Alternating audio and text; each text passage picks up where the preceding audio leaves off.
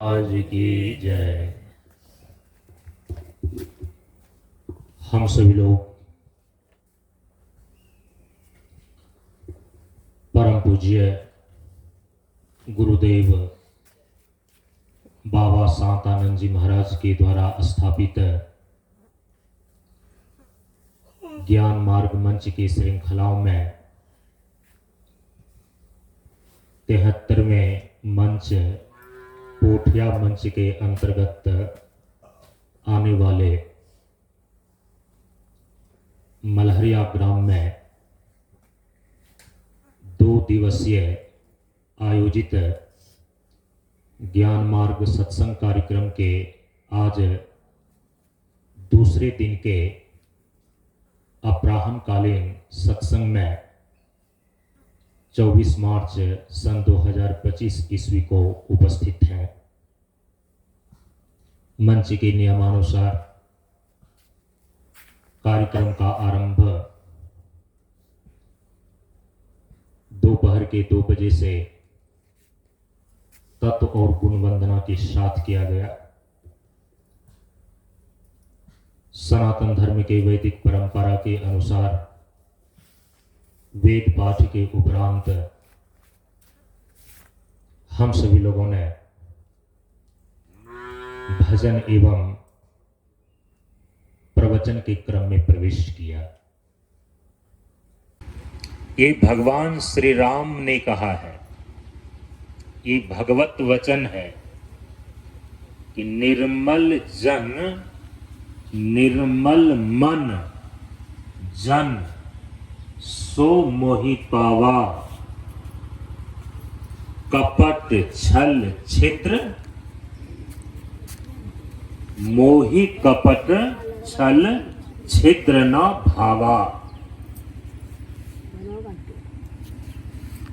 जो व्यक्ति, जो साधक अपने को निर्मल बना लेता है वही परमात्मा को प्राप्त करता है। ये स्वयं भगवान का वचन है। भगवान कहते हैं सो मोहि पावा, वही मुझे प्राप्त करता है।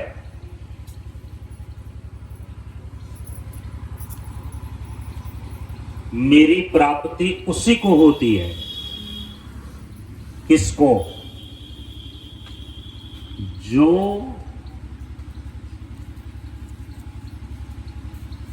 जन, जो मन जन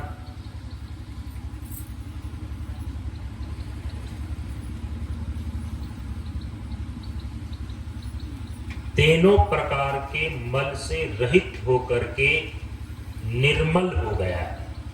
जो परमात्मा के ज्ञान को प्राप्त कर लेता है, यह जीव अपने परमार्थ स्वरूप ब्रह्म का ज्ञान प्राप्त कर लेता है। केवल और केवल वही आत्यांतिक मोक्ष को उपलब्ध होता है। यत् गत्वा न निवर्तन्ते, फिर वह संसार में दोबारा नहीं लौटता। ये ज्ञान आपको कैसे प्राप्त होगा?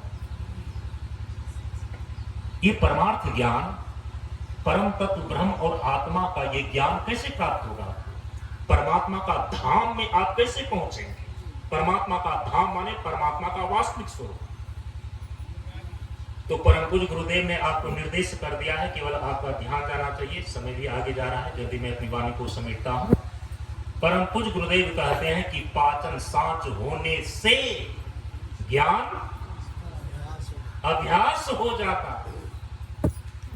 यहीं से मैंने ये प्रसंग आरंभ किया था कि पाचन सांच होने से ज्ञान अभ्यास हो जाता, माने शुद्धता ज्ञान की जननी है। जब तक तीनों प्रकार की शुद्धता आप अपने भीतर में नहीं ला लेते हैं, ये 3 प्रकार की जो मल है, तन का मल है, मन का मल है, अंतःकरण का मल है, शरीर का मल है, आपके भीतर जो है दिमाग का मल है, हृदय का मल है, जब तक इसको ठीक ढंग से धो नहीं लेते हैं भगवान तो अपने वचन में साफ साफ कह दे रहे हैं कि निर्मल मन जन सो मोहि पावै। शुद्धियों को धारण करके निर्मल हो जाएगा, केवल वही मुझे प्राप्त करेगा, क्योंकि परमात्मा का जो वास्तविक स्वरूप है वो तो इस जीव का परमार्थ स्वरूप है। परमात्मा का वास्तविक स्वरूप ही इस जीव का परमार्थ स्वरूप है, इस जीव का वास्तविक स्वरूप है। और उस ज्ञान को प्राप्त करने के लिए इसीलिए परम पूज्य गुरुदेव सिद्धांत के रूप में निर्देश कर रहे हैं तत्व गुण वंदना के अंदर कि पाचन सांच होने से ज्ञान अभ्यास हो जाता।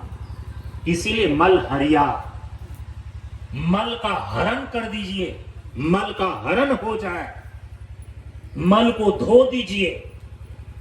और मल को धोने के लिए जो साधन बताए गए हैं कल मैंने आपको संकेत कर दिया है। जो साधना की त्रिवेणी में स्नान करता है ना, साधना की त्रिवेणी का मतलब होता है जहां साधना की 3 प्रकार की धाराएं आकर के मिलती हैं, जिसके जीवन में समायोजित होती है, उसको बोलते हैं साधना की त्रिवेणी। पिछले जगह 50 मंच पर उनके वार्षिकोत्सव में साधना की त्रिवेणी पर चर्चा करके है। अभी अभी जो 2 दिनों का भंगा में सत्संग का कार्यक्रम हुआ, वहां पर आध्यात्मिक त्रिवेणी पर चर्चा करके आया। ये 2025 ईस्वी त्रिवेणी प्रधान ही विचार रहेगा, क्योंकि 2025 ईस्वी में 144 वर्ष के बाद तीर्थराज प्रयाग में महाकुंभ उपस्थित हुआ और उसी महाकुंभ के अवसर पर सरकारी आंकड़े के अनुसार से 66 करोड़ व्यक्ति ने अमृत स्नान का लाभ लिया है। अमृत सांच होने से ज्ञान अभ्यास हो जाता। परम पूज्य गुरुदेव की ये वाणी निर्देश।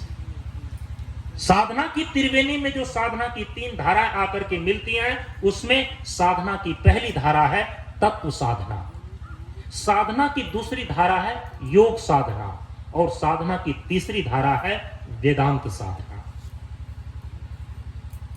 हम सभी लोग इस ज्ञान मार्ग सत्संग मंच के सानिध्य में अपने अपने जीवन का कल्याण करने के लिए, जीवन को सजाने और संवारने के लिए उपस्थित हुए हैं। यहां साधना की त्रिवेणी का संदेश दिया जाता है, शिक्षण और प्रशिक्षण दिया जाता है।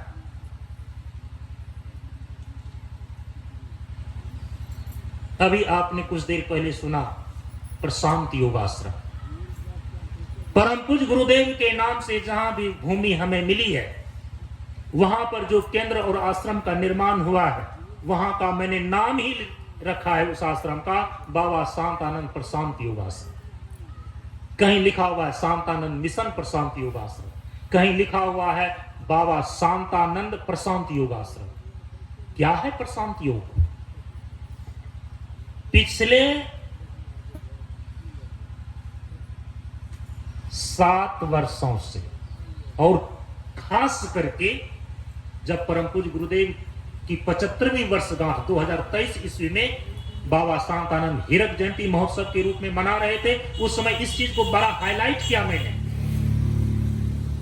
इस पर तो पूरी की पूरी एक पुस्तिका ही लिखी जा चुकी है, प्रशांत योग। जैसे आपने नाम सुना है राजयोग, जैसे आपने नाम सुना है हठ योग, जैसे आपने नाम सुना है कर्मयोग, उसी प्रकार से ये है एक प्रशांत योग। क्या है ये प्रशांत योग? हम किसको बोलते हैं प्रशांत योग? परम पूज्य गुरुदेव बाबा शांतानंद जी महाराज के द्वारा इस जीवन का कल्याण प्राप्त करने के लिए जितनी भी साधना पद्धतियां बतलाई गई हैं, जितनी भी साधना की विधियां बतलाई गई हैं, उन समस्त साधना विधियों को हम एक शब्द में प्रशांत योग बोलते हैं। क्या? प्रशांत योग। और इस ज्ञान मार्ग सत्संग प्रशांत जीवन दर्शनम बैनर के तले जो भी अपने जीवन को सजाने और संवारने के लिए एकत्रित होते हैं, ऐसे जन समूह को हम पुकारते हैं प्रशांत परिवार के नाम से। में 3 भुजा होती है तब वो पूर्ण होती है। एक भुजा को हटा देंगे तो त्रिभुज नहीं कहलाता। तो परम पूज्य गुरुदेव ने कहा कि जीवन एक त्रिभुज है। इसमें 3 भुजाएं, कर्म ज्ञान भक्ति साधना की 3 धाराएं हैं इसमें, तत्व साधना, योग साधना और अद्वैत साधना माने वेदांत साधना। इसीलिए साधना की तीनों प्रकार की धाराओं से एक एक सूत्र निकल करके यहां पर आया। अरे आप भात भी खाते हैं, उसके साथ दाल भी खाते हैं, तो सब्जी रखना जरूरी है क्या? ये पापड़ रखना जरूरी है क्या? क्या उसमें नमक डालना भी जरूरी है क्या? भोजन विज्ञान को आप जानते हैं, तो आप जानते हैं कि इसके बिना भोजन पूर्ण ही नहीं होगा। उसी प्रकार से जो भीतर साधना की बात जानते हैं, उनको यह मालूम है कि साधना फिर अधूरी रह जाएगी। साधना की तीनों धाराओं से एक एक सूत्र निकाले गए हैं। तत्व साधना का स्वरूप हमारे यहां पर क्या है? 5 तत्वों का स्नान, पान और ध्यान। तो 5 तत्वों का स्नान, 5 तत्वों का पान, 5 तत्वों का ध्यान परम पूज्य गुरुदेव ने बतलाया। योग साधना के अंदर योग की यों तो 8 अंग है।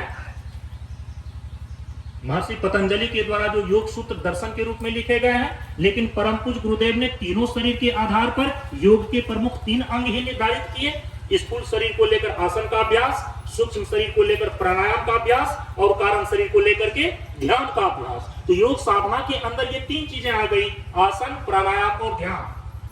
तत्व साधना को लेकर के 3 चीजें आ गई, 3 विधियां आ गई, 5 तत्वों का स्नान, 5 तत्वों का पान और 5 तत्वों का ध्यान। जो वेदांत साधना है ना, तो वेदांत साधना के अंदर भी 3 चीजें आती है, और वे 3 चीजें हैं, एक दार्शनिक धरातल पर है और एक व्यवहारिक धरातल पर है। जो दार्शनिक धरातल पर जिसका सूत्र, जिसका निर्देश सीधे श्रुति में आया है, दर्शन में आया है, आत्मा वारि द्रष्टव्य, श्रोतव्य, मंतव्य, निधिध्यासितव्य, तो वेदांत साधना में 3 उनकी प्रक्रियाएं हो जाती है। एक है श्रवण, दूसरा है मनन और तीसरा है निधिध्यासन। उसी को यहाँ पर सामान्य शब्दों में व्यवहारिक धरातल पर बोलते हैं सेवा, सत्संग और स्वाध्याय। अब यदि साधना की तीनों धाराओं से एक एक सूत्र को आप निकाल लें, तो स्थूल शरीर के मल को, स्थूल शरीर का मल है रोग, तो स्थूल शरीर का जो रोग रूपी मल है, इसको धोने के लिए अब देखिए साधना की तीनों धाराओं से 3 सूत्र निकल करके आ जाएंगे। कल मैंने आपको बताया है, आज तो मैं बता रहा हूं ये रहस्य, ये सूत्र आया कहां से। साधना की त्रिवेणी से एक एक सूत्र निकल करके 3 सूत्र आए। स्थूल शरीर का मल जो रोग है, इसको धोने के लिए साधना के 3 सूत्र कल बता करके आए हैं। कौन कौन? पहला 5 तत्वों का स्नान, दूसरा योगासन और तीसरा सेवा, निष्काम सेवा। और जो सूक्ष्म शरीर दिमाग है, इसमें जो भोग रूपी मन है, इसको धोने के लिए साधना के 3 सूत्र निर्धारित हुए। साधना की 3 धारा से पहला सूत्र 5 तत्वों का पान करना, दूसरा समुचित प्राणायाम करना, तीसरा सत्संग करना। सत्संग करना, तभी आपके मानस विकार धुल सकेंगे, काम, क्रोध, लोभ, मोह इत्यादि। ठीक है। इसके बाद जो तीसरा कारण शरीर है, तो कारण शरीर में जो शोक रूपी मल है, तो कारण शरीर के शोक रूपी मल को धोने के लिए साधना के 3 सूत्र निर्धारित हो गए। साधना की 3 धारा से पहला सूत्र 5 तत्वों की धारणा, 5 तत्वों का ध्यान, क्योंकि ध्यान का आरंभिक रूप धारणा ही है। इसके बाद अष्टांग योग के अंदर चित्त वृत्ति का निरोध पूर्वक जो ध्यान किया जाता है, जहां पर हम देहगत चेष्टा का निरोध करते हैं, प्राणगत चेष्टा का निरोध करते हैं, मनोगत चेष्टा का निरोध करते हैं, मनोवृत्ति, चित्त वृत्ति, बुद्धि वृत्ति, अहम वृत्ति का निरोध करते हैं, ये वाला ध्यान, जो कि कल मैंने आपको 5 कोशों के आधार पर सुंदर ध्यान बतलाया। बंदर ध्यान नहीं, छुछुंदर ध्यान नहीं, बल्कि सुंदर ध्यान। इस सुव्यवस्थित ढंग से अंदर जाने के लिए, चेतना को अंतर्मुखी करने के लिए, कि पहले अन्नमय कोश, फिर उसके भीतर प्राणमय कोश, फिर चेतना को अंतर्मुखी करके उसके भीतर मनोमय कोश, फिर उसके भीतर विज्ञानमय कोश, फिर उसके भीतर हिरण्यमय कोश, फिर इसके बाद अपना वास्तविक स्वरूप। ऐसे सुंदर ध्यान के माध्यम से अपने स्वरूप तक जाना है। सत्य है निराकार में आप यहां तक पहुंचना है, तब सदाशील कल्याण है, करता है इसका जीवन का कल्याण हो गया। ये सुंदर था। इसके बाद जो तीसरा सूत्र आपको बतलाया गया, वो तीसरा सूत्र था स्वाध्याय। स्वाध्याय का मतलब होता है संत वाणी का अनुशीलन करना, सब शास्त्रों का, आध्यात्मिक शास्त्रों का पठन पाठन करना। नहीं पठन पाठन कर पाते हैं तो आप श्रवण कीजिए, दूसरे से सुनिए, 20 मिनट तक अवश्य ही किसी न किसी सदशास्त्र को आप पढ़िए अवश्य, या तो सुनिए। इसको बोलते हैं स्वाध्याय। मल को धोने के लिए साधना के 3 सूत्र निकल करके आए। ये कहां से निकल करके आए, ये आज आपके ध्यान में दिया। ये साधना की त्रिवेणी से आया, तत्व साधना से आया, योग साधना से आया और वेदांत साधना से आया। क्योंकि समय बहुत आगे जा रहा है, शेष चर्चाएं इसके आगे के क्रम को हम अपराह्न काल के सत्संग में रख सकेंगे। भगवान जिस चीज को स्वीकार नहीं करते हैं वो है मन की मलिनता, शरीर की कुरूपता, टेढ़ापन। चलेगा, अष्टावक्र तो 8 अंग से टेढ़े थे, लेकिन उसके अंदर जो ब्रह्म ज्ञान था, जो ब्रह्म तेज था, जनक की सभा में जब अष्टावक्र पहुंचता है, जहां की सत्य और असत्य का निर्णय महाराज जनक के दरबार में कई दिनों और महीनों से विचार विमर्श चल रहा है कि यह सत्य की वह सत्य। अष्टावक्र 8 अंग से टेढ़ा और कुरूप लंगड़ाता हुआ जब महाराज जनक की सभा में पहुंचता है, वहां के विद्वत समाज इसके टेढ़ेपन को, शरीर के टेढ़ेपन को देख करके हंस पड़ता है। अष्टावक्र ने उससे ज्यादा जोर से ठहाका लगाया तो सारी सभा स्तब्ध हो गई। कुछ लोग पूछ बैठे, ये विद्वान लोग जो आप पर हंसे, ये बात तो समझ में आती है क्योंकि आप लड़खड़ाते हुए आ रहे हैं विद्वानों की सभा में, जहां सत्य और असत्य का निर्णय हो रहा है कई दिनों से। और उस समय अष्टावक्र वृद्ध नहीं था, मात्र 14-15 साल का बालक। लेकिन आप विद्वान के ऊपर, विद्वत समाज के ऊपर और ठहाका लगा करके प्रतिकार के रूप में हंस रहे हैं, ये बात समझ में नहीं आई। राजा जनक को उत्तर दिया अष्टावक्र ने, और वहां पर जो अष्टावक्र ने उपदेश दिया है महाराज जनक को, उसी उपदेश का नाम है अष्टावक्र महागीता, जिसमें सत्य के संबंध में सीधा और स्पष्ट रूप से, कोई लाग लपेट लगा करके नहीं, नंगा सच जिसको बोलते हैं, उसका प्रतिपादन किया गया है। डुप्लीमेटिक, कुछ राजनीतिक, सामाजिक, आध्यात्मिक सारे दृष्टिकोणों को लेकर के भगवान श्री कृष्ण ने श्रीमद् भगवत गीता का उपदेश किया है अर्जुन के सामने। लेकिन अष्टावक्र ने जिस महागीता का उपदेश किया, इसलिए महागीता की संज्ञा है। अष्टावक्र ने महाराज दशरथ, महाराज जनक को जो आत्मबोध कराने के लिए, सत्य का ज्ञान कराने के लिए उपदेश किया है, उस उपदेश का नाम ही है अष्टावक्र महागीता। एक बार पढ़ करके आप देखना।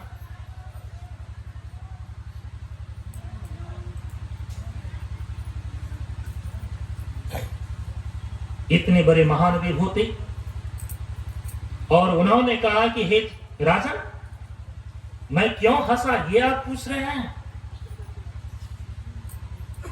मैंने सुना है कि आप सत्य और असत्य का निर्णय अपने दरबार में कर रहे हैं और कई दिनों से, महीनों से ये दरबार चल रही है और किसी निर्णय पर आप नहीं पहुंचे हैं, और पहुंचेंगे भी राजन आप कैसे? ये विद्वानों की सभा नहीं है, ये तो आपके चमारों की जमात है।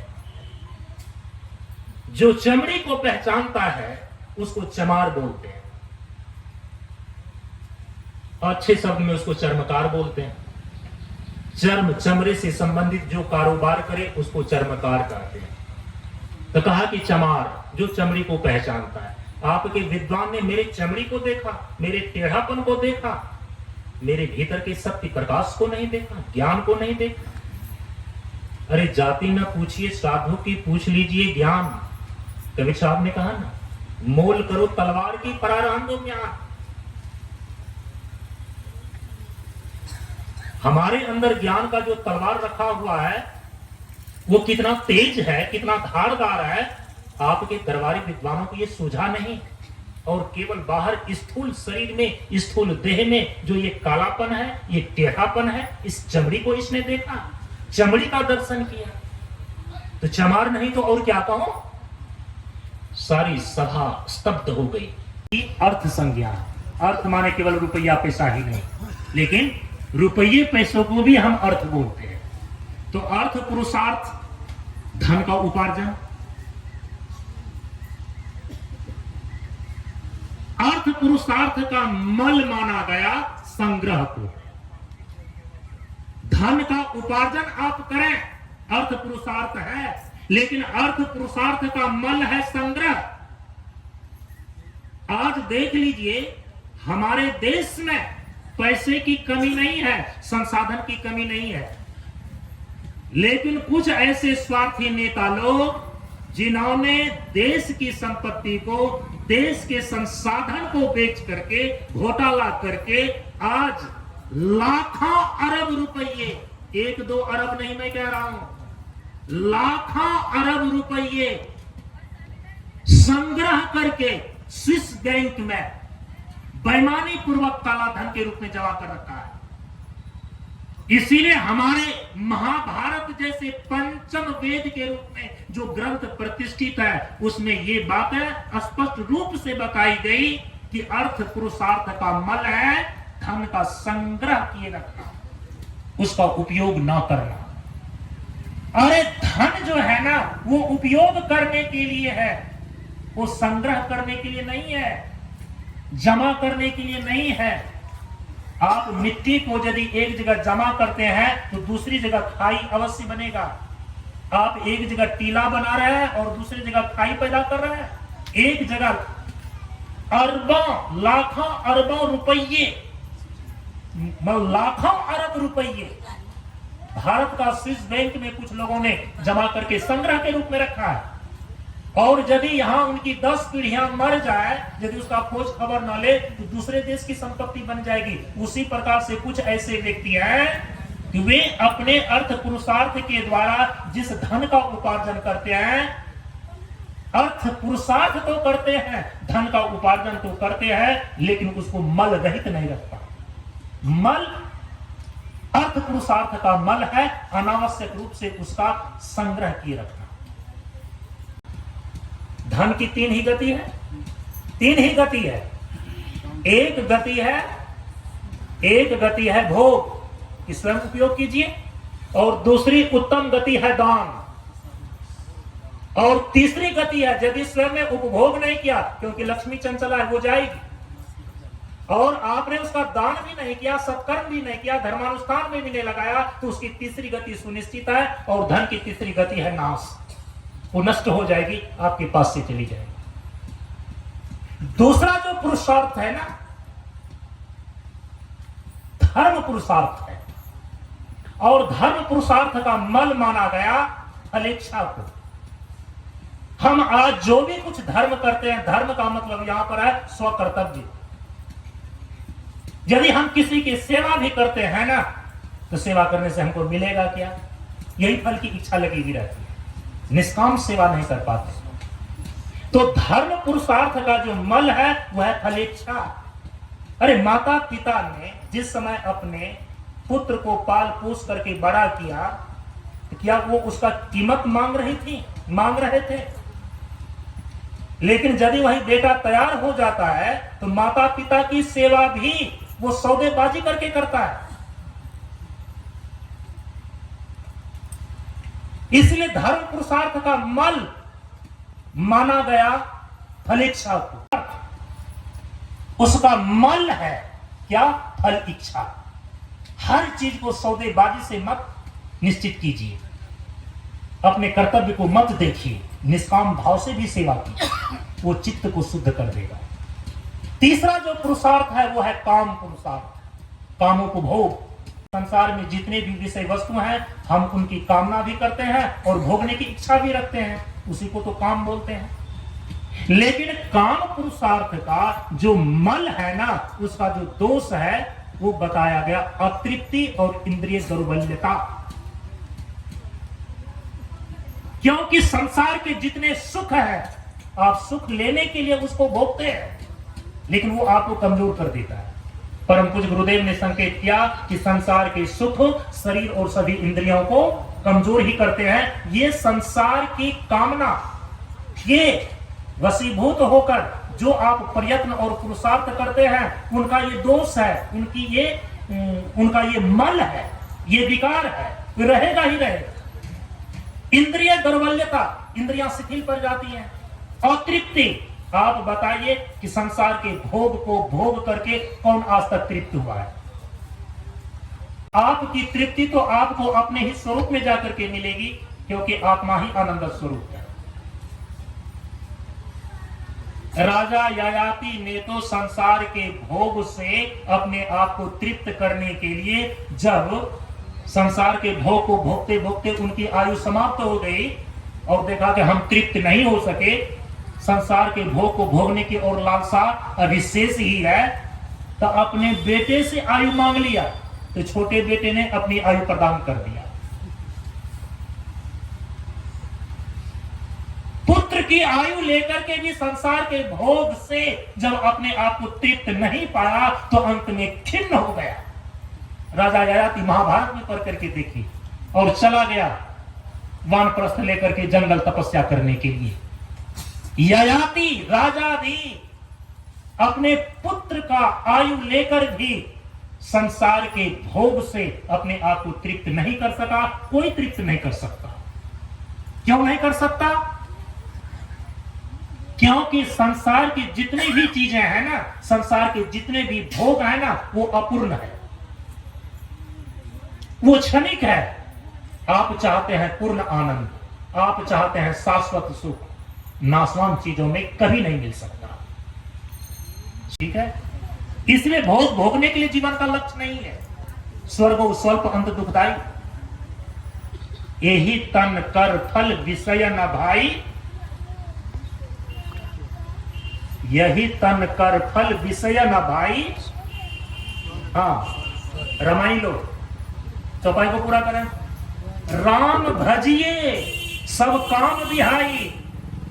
इसीलिए जिसका काम शुद्ध हो जाता है ना, वो राम को उपलब्ध हो जाता है। हमारे ऋषि लोग बताते हैं हमारे जीवन की यात्रा काम से आरंभ होती है, लेकिन हमारे जीवन का लक्ष्य तो राम है, परमात्मा है। इसलिए भोग भोगने के लिए आपको यह जीवन नहीं दिया गया है। इसमें कभी तृप्ति नहीं मिलेगी, क्योंकि इसमें क्षणिक सुख है, संसार के सारे भोग नाशवान है। इसका तन और संतुष्ट रहने का सामर्थ्य आप में आ जाता है। संसार का सुख किसी भी संसार के विषय भोग पर निर्भर नहीं रह जाएगा। इसीलिए जो काम पुरुषार्थ है ना, उसका मल, उसका दोष, उसका विकार है अतृप्ति, इंद्रिय दौर्बल्यता। जो अंतिम में चौथा पुरुषार्थ है मोक्ष पुरुषार्थ, मोक्ष पुरुषार्थ का भी मल गिनाया गया, इनका भी विकार और दोष बताया गया। मोक्ष पुरुषार्थ का मल है, बहुत कम लोग समझ पाएंगे, उसका नाम है द्वैताभिनिवेश। द्वैत में दुराग्रह बुद्धि करके बैठ जाना, द्वैताभिनिवेश, ये मोक्ष पुरुषार्थ का मल है, विकार है। क्योंकि जब तक अद्वैत की सिद्धि नहीं हो जाती तो उपनिषद घोषणा करता है द्वितीयात वै भयम भवति। जब तक द्वैत बना हुआ है तो द्वंद्व है, जब तक द्वंद्व है तो दुख की निवृत्ति नहीं होती। इसलिए दुख की निवृत्ति के लिए द्वंद्व हटना चाहिए, द्वंद्व हटने के लिए द्वैत मिटना आवश्यक है, और द्वैत का मिटना बिना अद्वैत का नहीं होता। इसलिए परम पूज्य गुरुदेव ने कहा कि त्याग विवेक अभेद रहे जब आपन जीवन साधन की। संग्रह, धन का जो उपार्जन करते हैं तो केवल कुंडली मार करके उस पर आप बैठ जाएं तो खाने के बिना आप तरस जाएंगे और इस दुनिया से वैसे विदा होंगे जैसे सिकंदर विदा हो गया। इकट्ठे कर जहां के जर सभी दुनिया के माली थे, सिकंदर जब गया दुनिया से तो दोनों हाथ खाली थे, खाली थे, कुछ नहीं लेकर जा पाएंगे। इसीलिए धन की शुद्धि होती है दान से। यदि आप अपने अर्थ पुरुषार्थ को मल रहित करना चाहते हैं तो उसका एक ही उपाय है कि दान जगत का प्रकृति प्रति धर्म है। मनुष्य व्यर्थ ही डरता है, एक दिन तो उसे स्वयं यहाँ पर सब कुछ देना पड़ता है। जो भी आपके पास है ना, उसे थोड़ा अंश निकाल करके देने का आदत बनाइए। छोटा सा आप दान करेंगे ना, महान दान करने का रास्ता परमात्मा आपको देंगे। इसीलिए अर्थ पुरुषार्थ को मल रहित करने का जो साधन है वो है दान की प्रवृत्ति। धर्म पुरुषार्थ, तो धर्म पुरुषार्थ का मल क्या है? फलेच्छा। हमेशा फल की इच्छा, बदले की भावना रख करके जो अपने कर्तव्य को करते हैं, ये धर्म पुरुषार्थ कर्तव्य, इसकी शुद्धि होती है कब? जब निष्काम सेवा से आप अपने कर्तव्य का पालन करते हैं, कीमत लेकर के, प्राइज लेकर के, फल की इच्छा रख करके नहीं।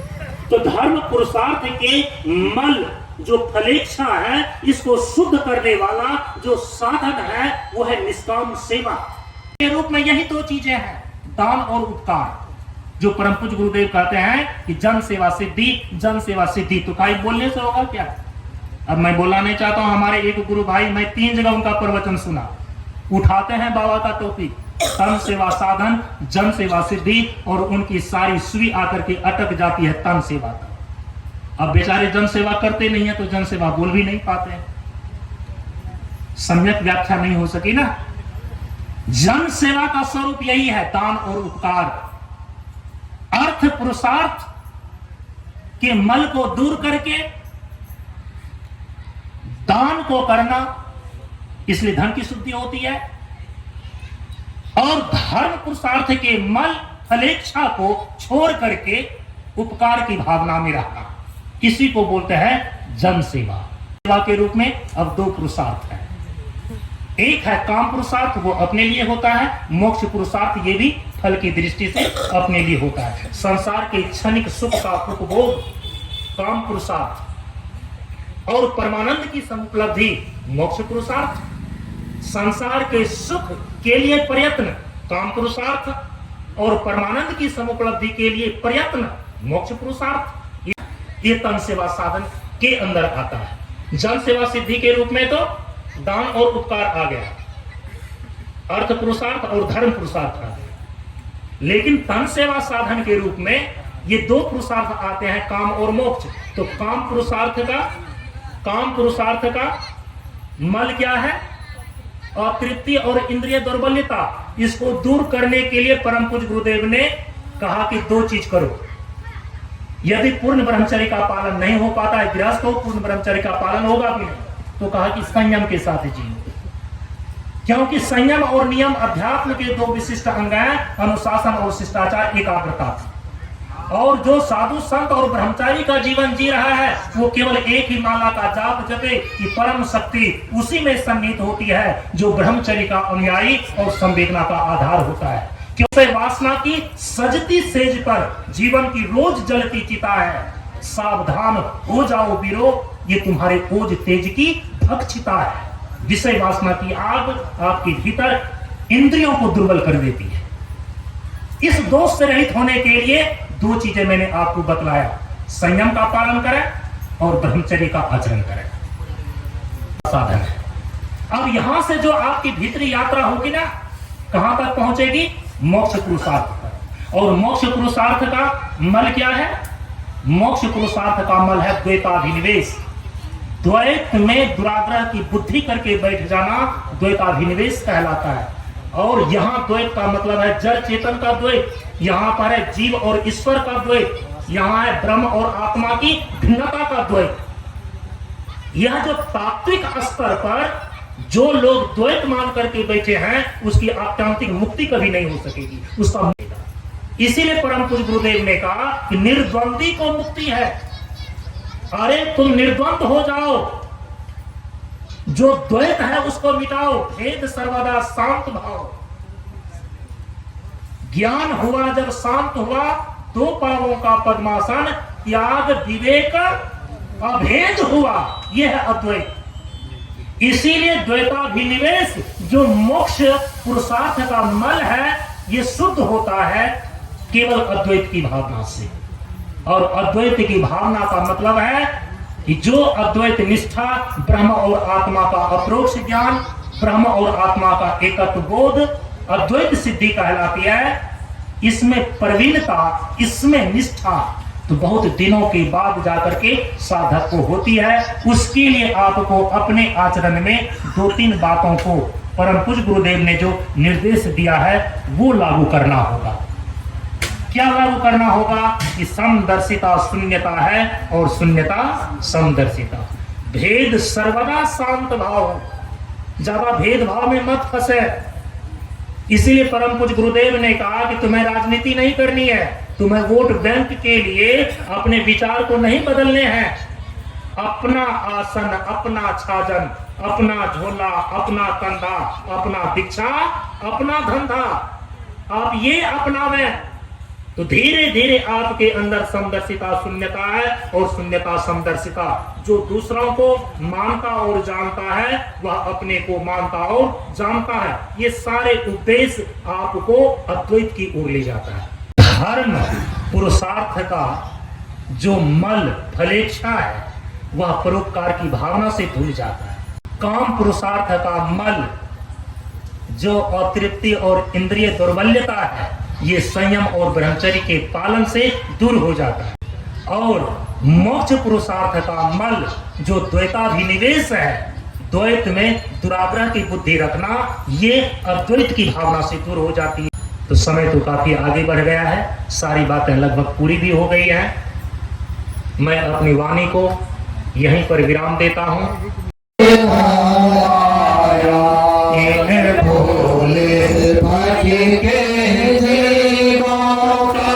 कल्याण तुम्हारे चरणों में सत्य संग की गंगा बहती है।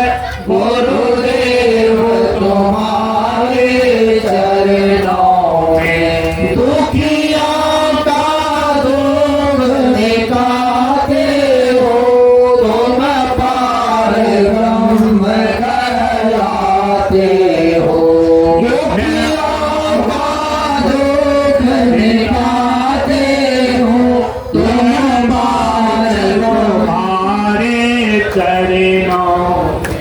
सत्य संग की गंगा बहती है। गुरुदेव तुम्हारे चरणों में एक बार बरस जो पाता है वह तेरा ही हो जाता है। आगोत तुम्हारी प्रीति है। गुरुदेव तुम्हारे चरणों में सत्य संग की गंगा बहती है। गुरुदेव तुम्हारे चरणों में मुझे चाह नहीं कुछ पाने को, दुख दर्द न दूर भगाने को। मुझे चाह नहीं कुछ पाने को, दुख दर्द न दूर भगाने को। पर लगने हमारी लगी रहे। गुरुदेव तुम्हारे चरणों में सत्य संग की गंगा बहती है। गुरुदेव तुम्हारे चरणों में ओ जहाँ कहीं जिस हालत में आराम चैन सुख आरत में, हाँ जहाँ कहीं जिस हालत में आराम चैन सुख आरत में, बस ध्यान हमारा बना रहे। गुरुदेव तुम्हारे चरणों में, गुरुदेव तुम्हारे चरणों में, गुरुदेव तुम्हारे चरणों में।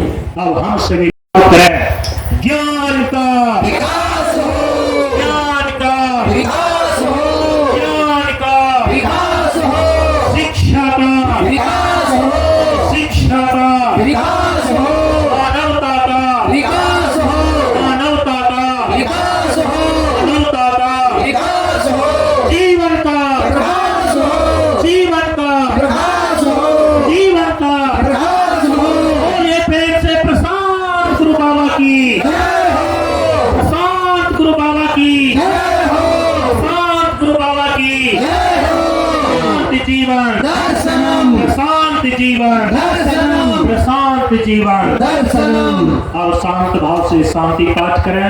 हाथ शांत हो, यो शांत हो, अंतरिक्ष शांत हो, पृथ्वी शांत हो, जल शांत हो, औषधि शांत हो, वनस्पति शांत हो, विश्व देवता शांत हो, ब्रह्म शांत हो, सतो गुण शांत हो, रजो गुण शांत हो, तमो गुण शांत हो, सभी शांत हो, शांति शांति शांति।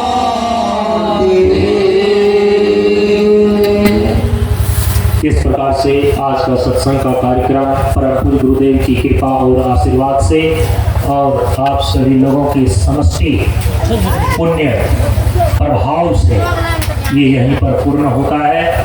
और अगली मुलाकात तक के लिए आप सभी लोग एक साथ बोलिए नमो नारायण, नमो नारायण, नमो नारायण, नमो नारायण, नमो नारायण। नमो नारायण। यहाँ के जन जन और कण कण का जीवन सुख शांति और समृद्धमय हो, इसी मंगलमय भावना के साथ नमो नारायण। ऐसा लगा